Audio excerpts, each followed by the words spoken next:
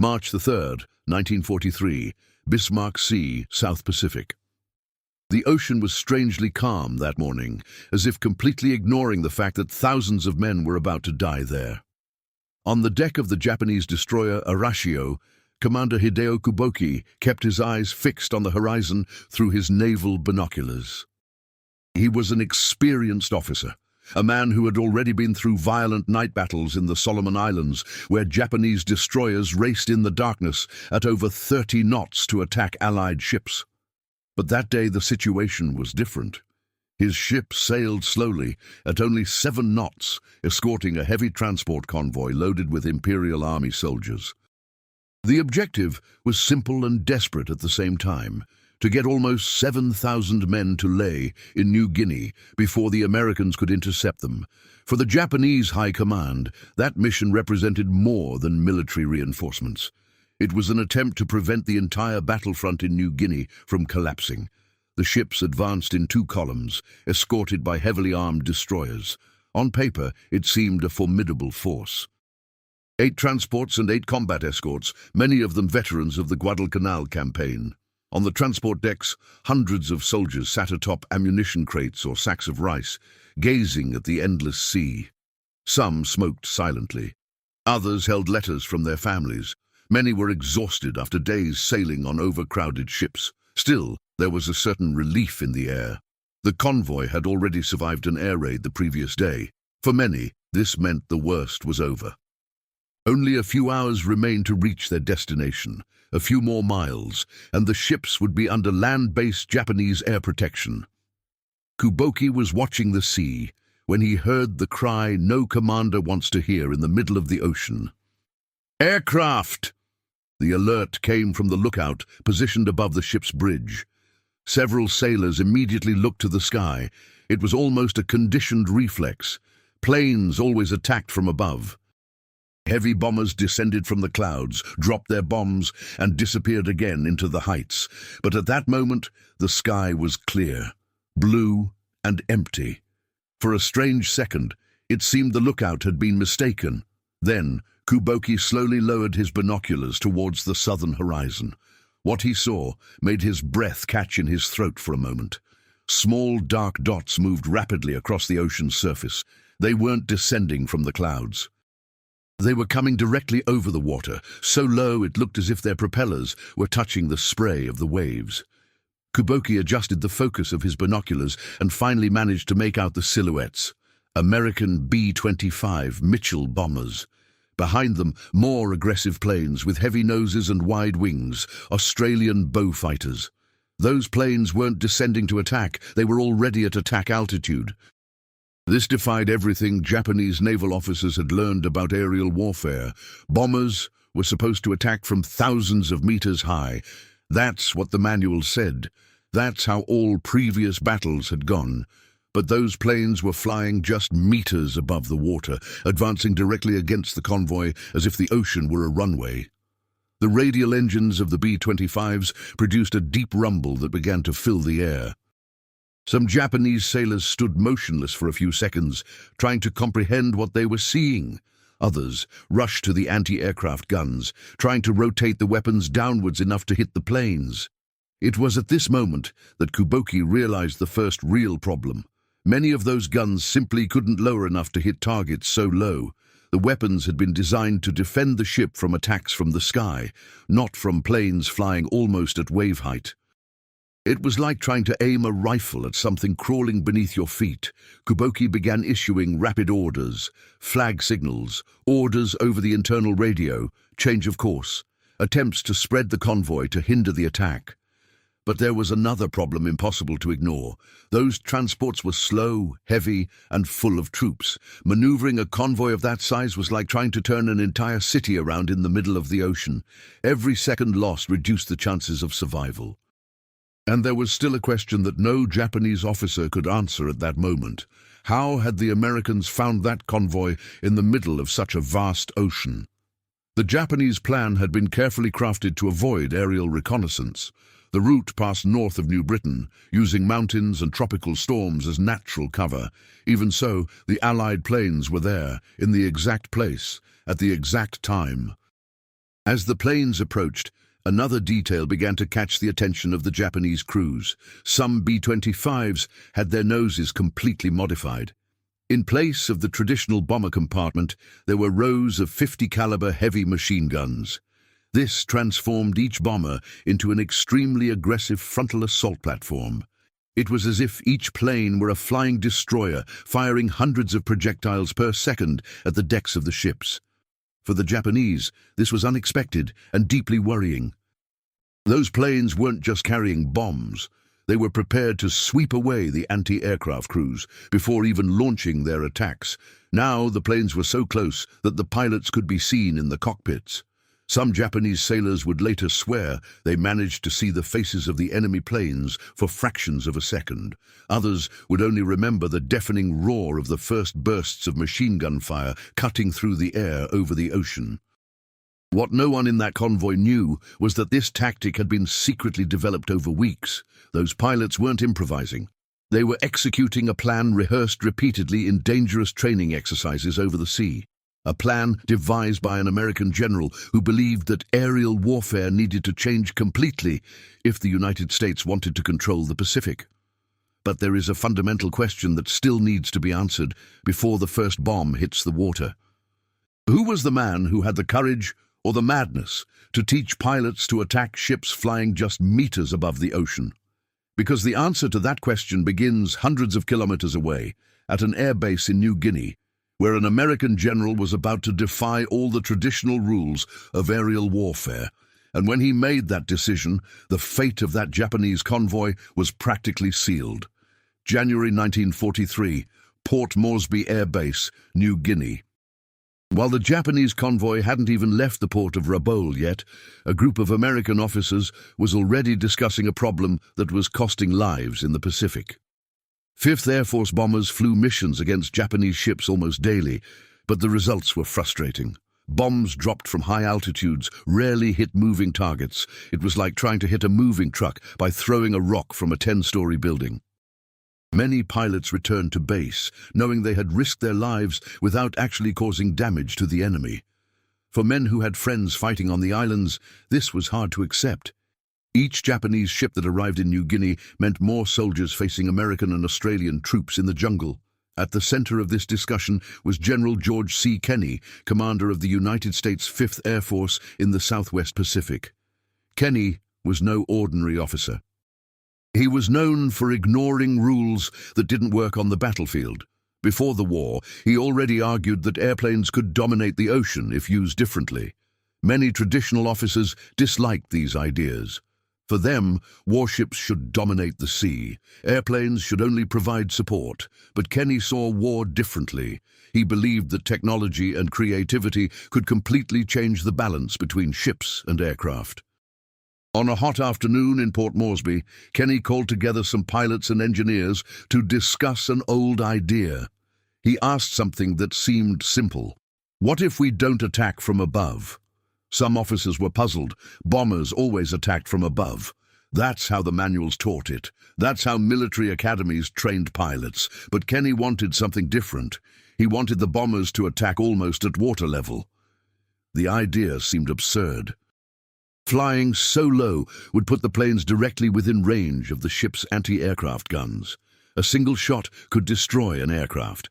But Kenney believed there was a hidden advantage there. If the bombs were dropped too close to the surface of the sea, they could ricochet off the water and hit the ship's hull exactly where it was most vulnerable. To turn that theory into reality, Kenney needed someone who thought like a mechanic, not a bureaucrat. That man was Major Paul "Pappy" Gunn. Gunn was unlike almost any other Air Force officer. Before the war, he had been a civilian pilot in the Philippines. When the Japanese invaded the region, his family ended up imprisoned in an internment camp. That completely changed his perspective on the conflict. Gunn didn't just want to win battles. He wanted to find ways to quickly destroy any Japanese ship that appeared in the Pacific. Gunn began working on the B-25 Mitchell bombers stationed at the base. The B-25 was a robust aircraft, with 2 radial engines and a large payload capacity. It had already become famous a few months earlier in the Doolittle raid on Tokyo. But Gunn believed that this aircraft could do much more. Instead of using it only as a bomber, he decided to transform it into something much more aggressive. He removed the bomber bay at the front of the aircraft and installed several 50-caliber machine guns pointed directly forward. Then he added more weapons to the sides of the fuselage. The result was impressive. When a B-25 fired all its weapons at once, it looked like a fire hose shooting through the air. Some pilots who saw the first prototype were incredulous. One of them commented that the plane looked like a truck full of weapons flying at low altitude. Kenny, seeing the modification, smiled and gave a simple order: put even more weapons on it. He wanted the planes to be able to completely sweep the deck of a ship before even dropping bombs. The logic was clear. If the anti-aircraft guns were silenced in the first few seconds, the bombers would have a better chance of surviving the attack. For weeks, pilots trained over the ocean near New Guinea. They flew so low that sometimes the sea spray hit the cockpit window. Some pilots compared the sensation to driving a car very fast on a narrow road, knowing that any mistake could be fatal. Yet something began to change during these training exercises. Bombs dropped at low altitude actually ricocheted off the water before hitting their target. And when they struck a ship's hull, the impact was devastating. For many pilots, this seemed like a solution to a problem that had frustrated them for months. While these training exercises were taking place, American intelligence was working quietly elsewhere. Specialists were deciphering intercepted Japanese communications in the Pacific. Among these messages were details about convoy movements and military reinforcements. This is how the first clues emerged that a large troop transport was being prepared in Rabaul. For the American and Australian soldiers fighting in New Guinea, this news was alarming. A convoy full of Japanese reinforcements could prolong the war in that region for a long time. Kenny immediately understood what this meant. This would be the perfect opportunity to test the new tactic in real combat.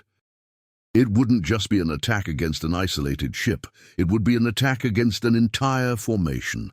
A definitive test to see if aircraft could truly destroy a fleet escorted by armed destroyers. At the airbase, the pilots began preparing their aircraft. Some wrote quick letters home before bed. Others discussed the mission while checking weapons and engines. For many of them, the feeling was similar to that of a soldier preparing for a dangerous patrol.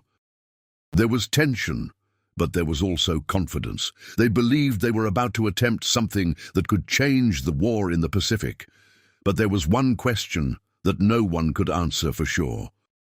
Would this new tactic work against a well-defended Japanese fleet, or would the bombers flying so low simply be shot down before getting close enough to drop their bombs?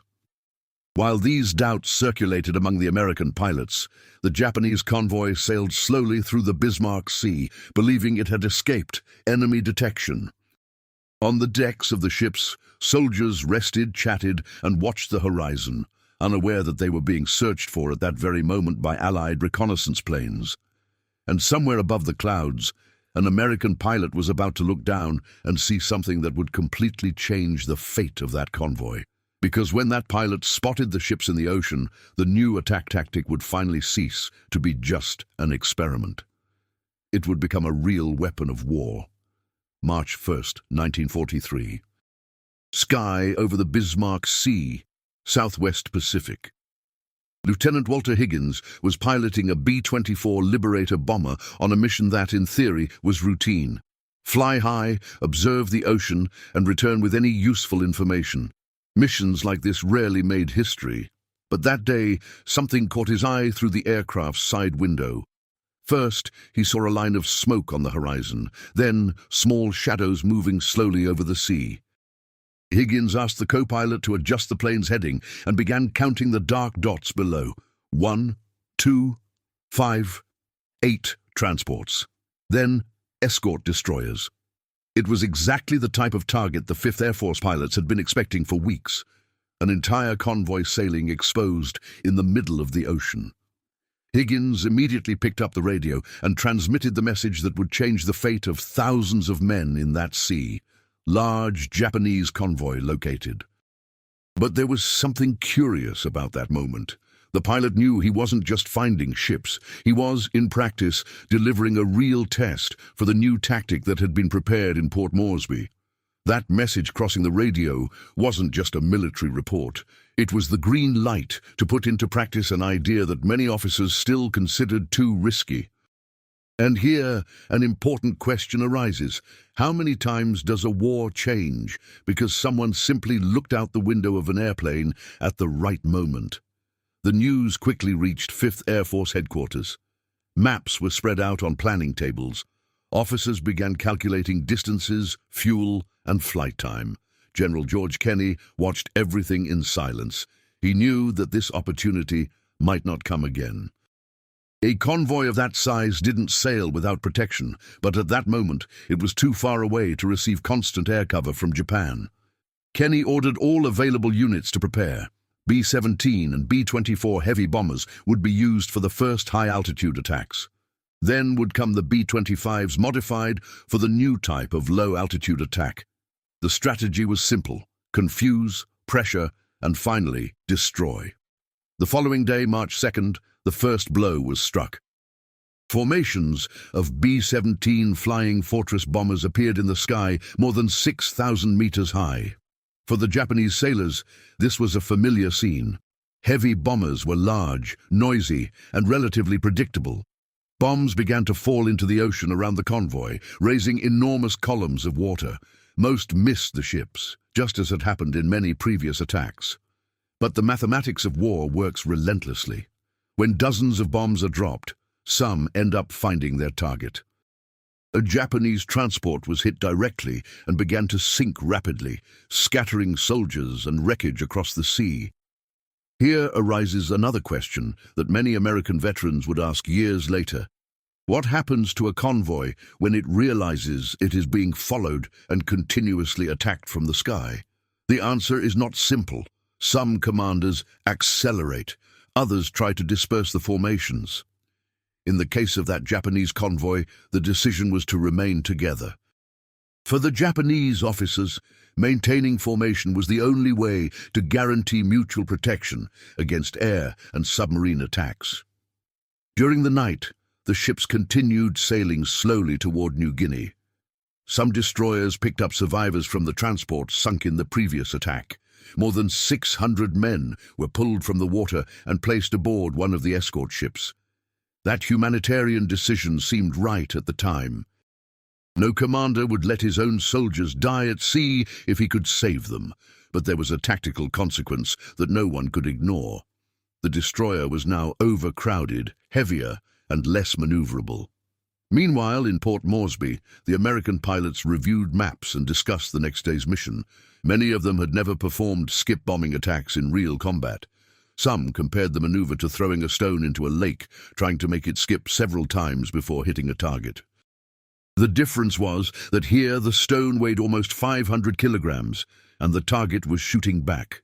One pilot commented during the briefing that flying so low against armed ships felt like driving a car at high speed straight into a wall, hoping the wall will move. Even so, no one backed down. Here's an interesting point to consider. In many wars, victory doesn't belong solely to the side with more weapons or more men. Often it belongs to the side that adapts first. And at that moment, the American pilots were about to test exactly that. In the early morning of March 3rd, the engines began to start on the makeshift runways of New Guinea. B-25 medium bombers, escort fighters, and Australian Beaufighter aircraft were lined up for takeoff. Technicians checked each machine gun and each bomb. The atmosphere at the base was a mixture of tension and anticipation. Some pilots drank coffee in silence before boarding their aircraft. Others made short jokes to ease the pressure. It was a common ritual among men who knew they might not return.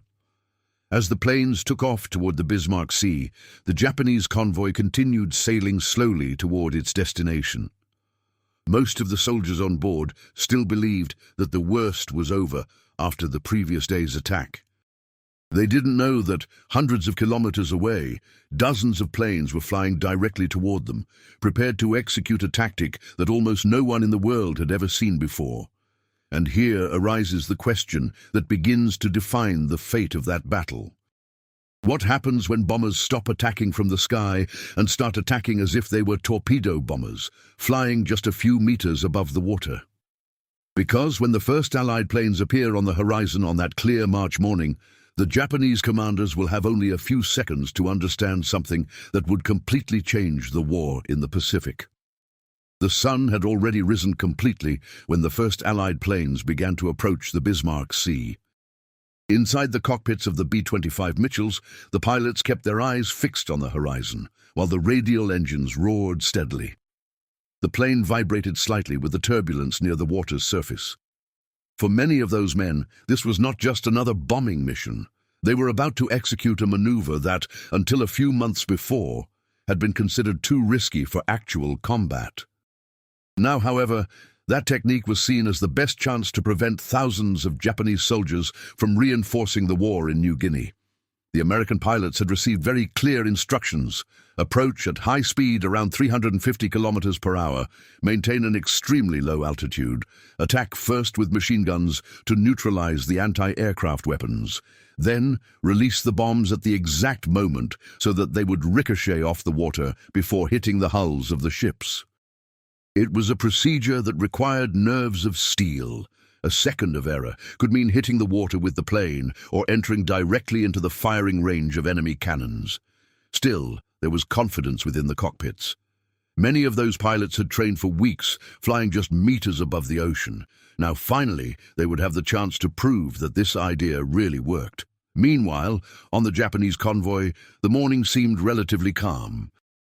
Some sailors watched the sky, while others worked on the ship's decks. The destroyers maintained positions around the transports like guard dogs, ready to react to any threat. Many soldiers who had spent the night on deck were now trying to rest. Some chatted in small groups, others simply watched the sea. The war seemed distant for a few moments, but that feeling of security would last very little. The first Allied planes to appear weren't bombers. They were Australian Beaufighters, flying incredibly low over the sea. These planes were heavy and aggressive, equipped with 4 20mm cannons and several machine guns. When they began their attack, the sound of gunfire echoed over the water like a storm of metal. Bursts of gunfire pierced the decks of Japanese ships, hitting anti-aircraft positions before many gunners could even react. Some sailors tried to run for their weapons, but were surprised by the intensity of the attack. That first pass of the Beaufighters wasn't just an attack. It was a way to clear the way for the bombers that were coming right behind. Soon after, the B-25 Mitchells appeared. To those observing from the decks of the Japanese ships, it seemed impossible to believe what they were seeing. Medium bombers, flying almost at wave level, advancing directly against the fleet. Some gunners tried to adjust their cannons downwards, but the speed of the planes made aiming extremely difficult. Inside the cockpit of one of the B-25s, the pilot lined up the first target. A large troop transport appeared clearly ahead. The pilot kept the plane steady while the navigator counted the distance to the target. 600 yards, 500, 400. The machine guns began firing, sweeping the ship's deck with heavy-caliber projectiles. When the moment was right, the pilot pressed the bomb release command. 2 500-pound projectiles fell from the plane and hit the water just ahead of the ship. For a fraction of a second it seemed they would simply sink. But then exactly what the engineers had predicted during testing happened. The bombs ricocheted off the surface of the sea, like stones skipping across a lake, and struck the hull of the transport. The ensuing explosion was devastating. Columns of smoke and debris rose into the air as the ship began to list to one side. Other B-25s followed the same attack pattern. Each plane chose a different target within the Japanese formation. Within minutes, several ships were ablaze or severely damaged. Some destroyers attempted to maneuver to protect the transports, positioning themselves between the planes and the larger ships. It was a courageous reaction, typical of the discipline of the Japanese Navy. But the speed and proximity of the attacks made any defense extremely difficult. American pilots would recall years later the intensity of those minutes. One of them wrote in his diary that the attack seemed to happen in slow motion inside the cockpit, while in the real world everything moved with frightening speed. Another pilot commented that he could see sailors running across the decks of ships as he lined up the attack. This kind of proximity made aerial combat much more personal than high-altitude bombing. Later statistics would reveal something impressive. In less than 20 minutes of combat, several Japanese transports were already sinking or out of control. For comparison, previous attacks carried out from high altitude often required dozens of missions to inflict similar damage. That difference made it clear to Allied commanders that the new tactic was working far better than any previous strategy. As the attacks continued, a second wave of Allied aircraft began arriving in the battle area. B-17 heavy bombers resumed dropping bombs from altitude, further increasing the chaos within the Japanese formation. The sea began to fill with debris, oil, and smoke.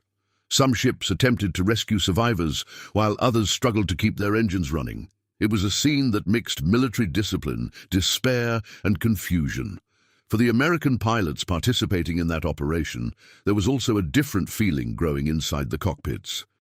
Many realized they were witnessing something that could change the war in the Pacific. That combination of low-altitude attack, strafing, and precise bombing was demonstrating that land-based aircraft could destroy entire convoys at sea. And yet, the battle was far from over, because while some ships were already sinking, others remained operational, and new Allied aircraft continued to arrive on the battlefield. What was happening at that moment was only the first phase of an attack that would become one of the most decisive episodes of the air war in the Pacific. And in the next few hours, the fate of that Japanese convoy would be definitively sealed. The first few minutes of the attack had plunged the Japanese convoy into confusion, but the battle was far from over. In the sky above the Bismarck Sea, the engines of Allied aircraft continued to appear on the horizon in successive waves. For the men on the Japanese ships, time seemed distorted. Some minutes felt like hours. Explosions, bursts of machine gun fire, and the roar of the engines mingled into a single constant sound that echoed across the ocean. Inside a B-25 Mitchell returning for another attack pass, the pilot kept the plane extremely low, almost touching the water's surface. The altimeter indicated just over 15 meters of altitude. The cockpit vibrated as the plane accelerated toward another target. That proximity to the sea demanded total concentration. Any higher wave or gust of wind could destabilize the aircraft. Still, the pilots knew that this was precisely the advantage they possessed. By flying so low, they drastically reduced the reaction time of enemy anti-aircraft guns. Below them, the scene was already dramatic. One of the large Japanese transports was completely engulfed in black smoke. Another had stopped moving and was beginning to slowly tilt to one side. Men ran across the deck trying to fight fires or help the wounded. On a nearby destroyer, sailors tried to reorganize the anti-aircraft guns while watching American planes returning for another attack. Even under extreme pressure, many Japanese officers maintained admirable discipline. Destroyers began maneuvering at high speed, trying to create a barrier between the planes and the transport ships. It was an attempt to protect the soldiers on board. When the next group of B-25s dove for the attack, the Japanese gunners finally managed to open fire more intensely. Red tracers began to rise from the sea towards the planes. Some shots passed dangerously close to the American fuselages. Inside the cockpit, the pilots could clearly see the explosions of the projectiles all around. A navigator shouted through the intercom warning of anti-aircraft fire coming from the left. The pilots slightly adjusted the course, keeping the target in the center of the display. Once again, the pattern of attack repeated itself. First, the 50 caliber machine guns fired intense bursts at the ship's deck. Projectiles pierced equipment, antennas, and firing positions. Then, the pilot released the bombs at the calculated moment. They hit the water, bounced once, and went directly towards the destroyer's hull. The explosion raised a huge column of water and metal, hitting the ship's structure just below the waterline. The impact was enough to completely stop the vessel. Meanwhile, heavy bombers continued attacking from higher altitudes. Bombs fell around the convoy, some missing their targets by only a few meters. Even when they didn't directly hit the ships, the explosions created shockwaves that further disrupted the Japanese formation. The sea was now covered in oil slicks, pieces of wood, and smoke. In some places, soldiers could be seen in the water trying to reach wreckage that could serve as footholds. One of the American pilots would recall years later that that sight was one of the hardest images to forget. In his cockpit, he was focused on the mission, but glancing quickly down, he saw groups of men trying to swim among the wreckage. For many aviators, that moment represented the brutal contrast of war. They were there to fulfill a military mission, to prevent Japanese reinforcements from reaching the battlefield, but at the same time, they knew that each explosion meant lives lost in the ocean. Despite this, the attack needed to continue. More planes arrived and carried out further strafing and bombing runs. A Japanese transport ship that was still trying to maintain speed was hit again and began to sink rapidly. Another ship suffered severe damage and completely lost its maneuverability. The remaining destroyers tried to pick up survivors, while also struggling to keep their own defenses functioning. The numbers from the battle were becoming clear even before the fighting ended. In a short period of time, most of the Japanese convoy had been destroyed or incapacitated. This was something few military strategists would have considered possible just a few months earlier. A land-based air force had managed to disrupt and virtually eliminate an entire naval formation on the high seas. For the American pilots returning to their bases after the first attacks, the silence inside the cockpits was unusual. Many knew they had participated in something that would likely go down in the history of aerial warfare. The concept of low-altitude attacks had ceased to be merely an experimental theory. Now there was concrete proof that this strategy could destroy ships quickly and efficiently. While the planes temporarily withdrew from the combat area, the Bismarck Sea remained marked by columns of smoke and damaged ships. Some Japanese destroyers were still attempting to rescue men from the water, even knowing that new attacks could happen at any moment. The day's battle was approaching its decisive moment. And in the following hours, when the final phase of the Allied attack took place, it would become perfectly clear that the Japanese convoy would not reach its destination. What had begun as a military reinforcement operation would turn into one of the greatest logistical defeats faced by Japan during the entire war in the Pacific. The engines of the Allied planes began to disappear on the horizon, but the Bismarck Sea still seemed to be at war. The surface of the water was covered with oil slicks, wooden debris, pieces of metal, and dark smoke that slowly rose into the sky. Some Japanese ships still struggled to stay afloat, while others were already listing irreversibly, doomed to disappear into the depths of the Pacific. For the men who were still on board, the next few minutes would be decisive. Some tried to put out fires, others tried to help wounded comrades. Many simply looked to the sky, fearing that the planes would return. On the destroyers that remained operational, commanders faced impossible decisions.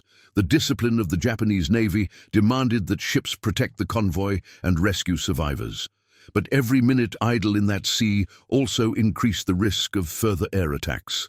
Some destroyers began to collect men floating among the wreckage. Sailors stretched ropes and nets, pulling exhausted soldiers onto the deck. Many of these men had survived the explosion of their ships, only to now face the vastness of the ocean. For those in the water, the scene was almost surreal. The smell of burnt fuel dominated the air. Fragments of crates, drums, and pieces of hull served as makeshift supports. Some soldiers tried to swim towards the ships that were still rescuing survivors. Others simply clung to wreckage, hoping someone would find them. Warfare at sea has a cruel characteristic. When a ship sinks, the battle doesn't end immediately for those who survive the explosion. Meanwhile, many miles away, American pilots were returning to their bases in New Guinea. Inside the cockpits, some men were still processing what they had seen. During the attack, everything had happened too fast for reflection. Now, in the silence of the return flight, some images came back to mind more clearly. Columns of smoke rising from the ships. Explosions near the water, men running across the deck.